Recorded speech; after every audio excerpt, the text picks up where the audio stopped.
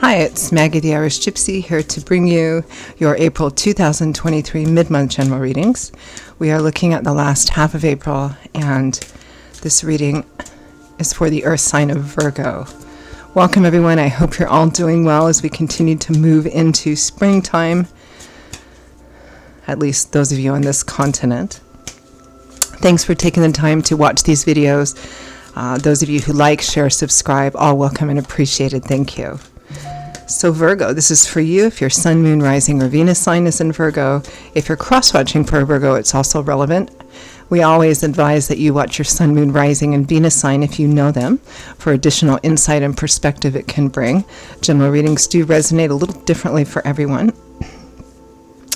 Now, if you find that something does resonate with you and you'd like to take a deeper look, perhaps reach out for a personal reading or information about that for yourself or as a gift for someone else, please feel free to email me directly at maggie1maguire@gmail.com. You can also get that contact info by clicking the description link or clicking the title of this video. I'd love to hear from you. I can usually respond the same day with more information. I do offer quite a wide variety of choices for readings in all areas of life.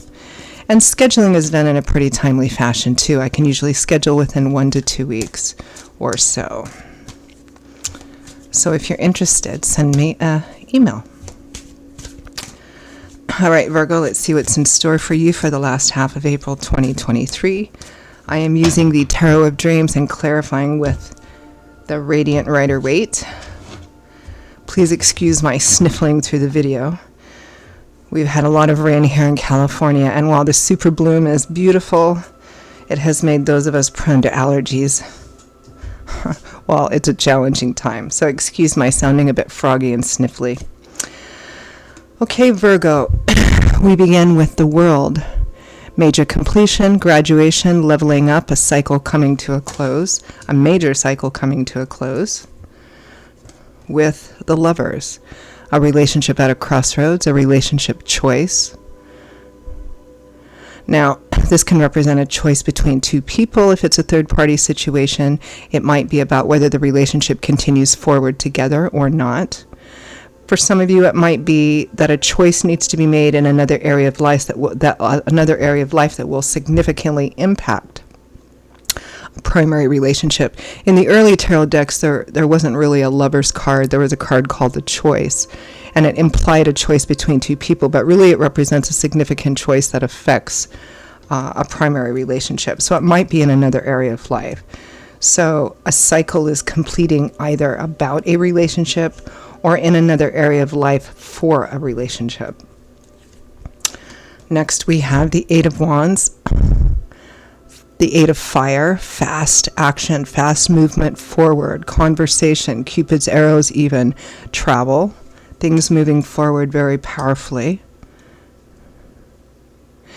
Although sometimes with the Eight of Wands, it can represent that something is in motion, but it hasn't quite reached a conclusion yet, because you can see that the wands have left their their point of origin, but they haven't quite reached their destination yet.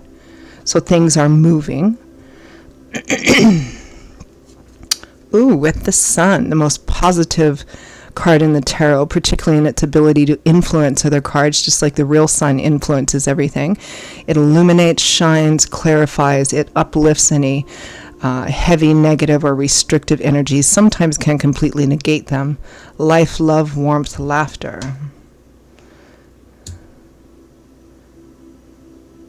I feel like there is a sense of waiting, though. Things are in motion, but there's still a sense of waiting.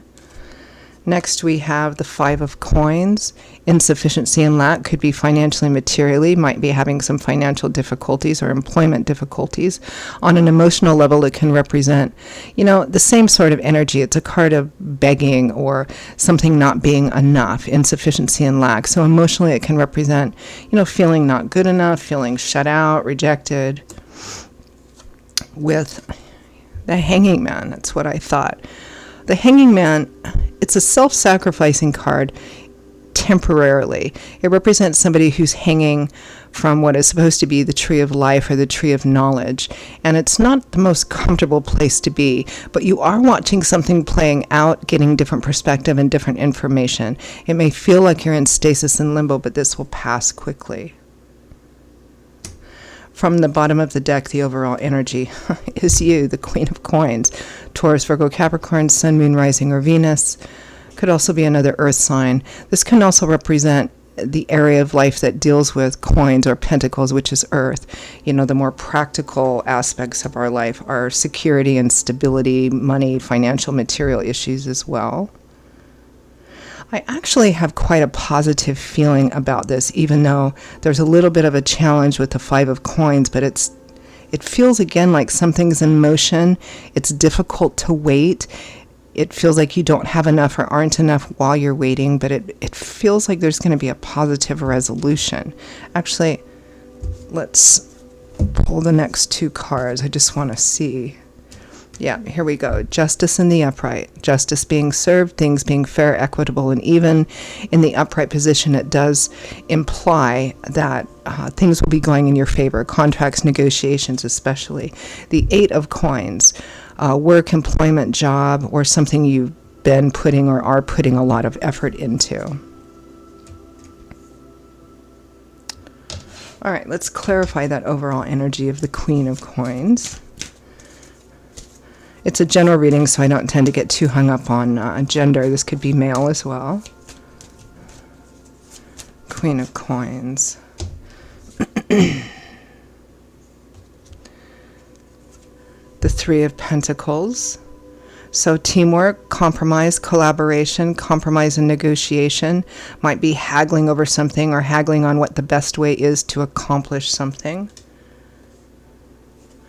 The Six of Cups, typically a card associated with history, roots of origin, family, where you come from, or people, places, situations you have a history with. Could be family.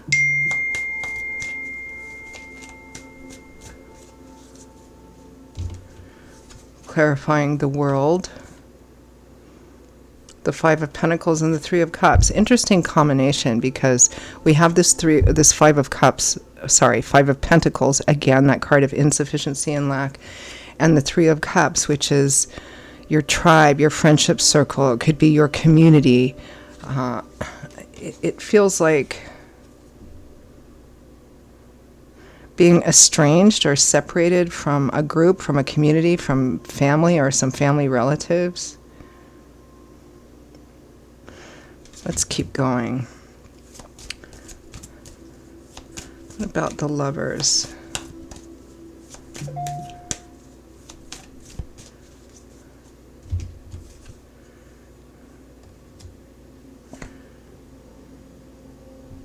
The Chariot. Success on a difficult path, staying focused.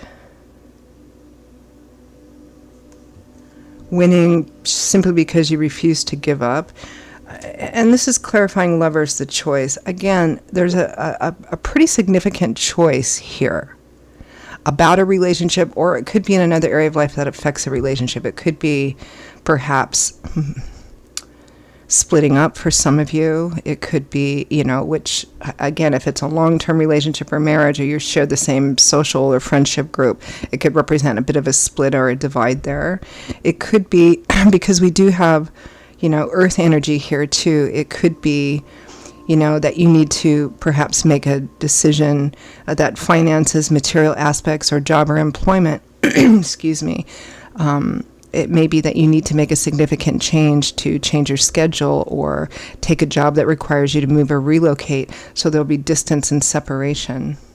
For some of you, it could be some emotional drama within a community or a family system, and you may be considering whether or not it's possible to fix it, or that you may need to make a decision to kind of move on from that and develop a different community or a different social system. Let's take a look at that Eight of Wands and the Sun, which is quite a positive energy.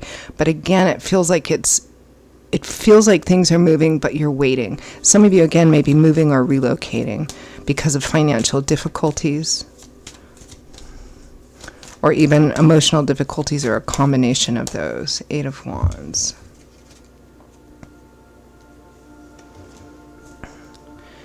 Page of Swords and Ace of Swords.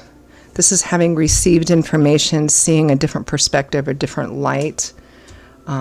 Information is being revealed, a new perspective is coming. The Sun.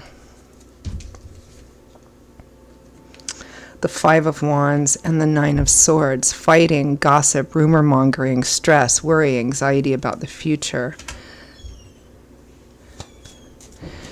If this is a situation where, people are being blackballed, or reputations are being smeared, or something along those lines, the truth of it is in the process of coming out. There is a sense of movement, and the sun is just on the horizon. It feels like it's not quite here yet, but it's on the horizon. Because of information and perspective. Let's clarify this 5 of Coins and Hanging Man.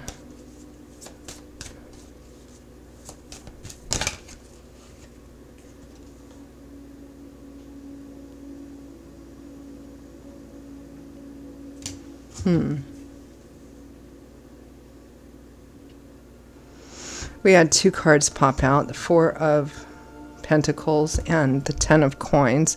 10 of Cups. So the 10 of Cups is like the happy home card, home, family, unity, harmony. 4 of Pentacles, it can be stability, but can also be stagnancy. It's often nicknamed the Miser card because it represents somebody who's withholding, who's afraid of losing or losing anymore. They don't want to give out, they don't want to share. And this is clarifying a card about not having enough or feeling shut out anyway. Clarify the Hanging Man.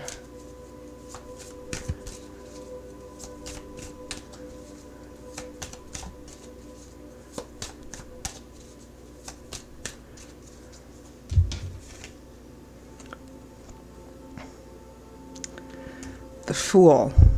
Interesting, we have the World and the Fool both. The Fool is the first major arcana card in the tarot. That's why the Fool has the 0.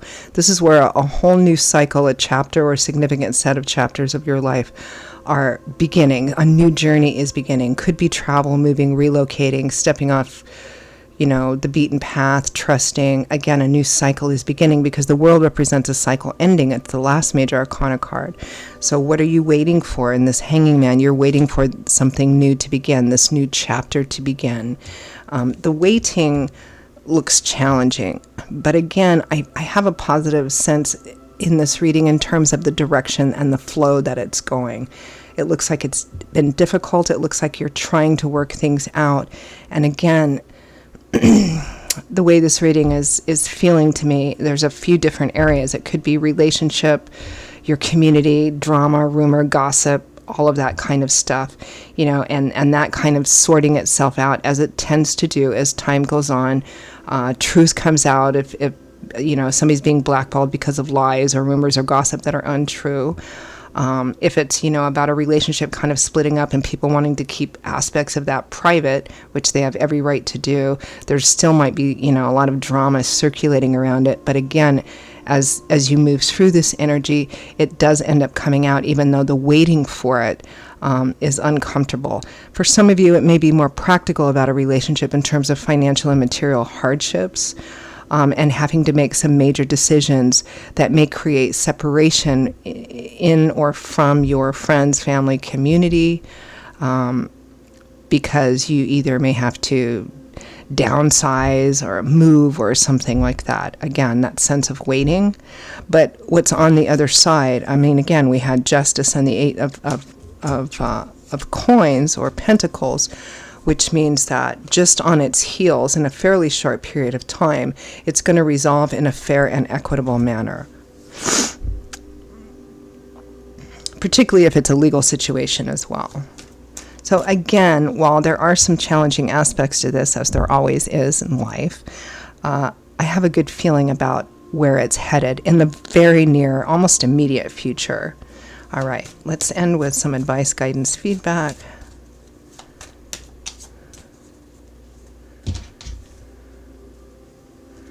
here's the hanging man again. Just hang tight, Spirit is saying. Just hang tight.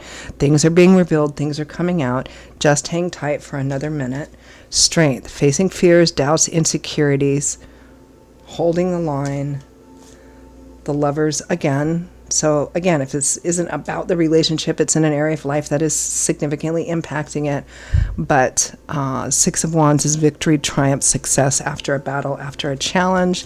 And then that new beginning, an exciting new beginning, Ace of Wands. So it's just about kind of hanging in there for, another minute or two, Virgo.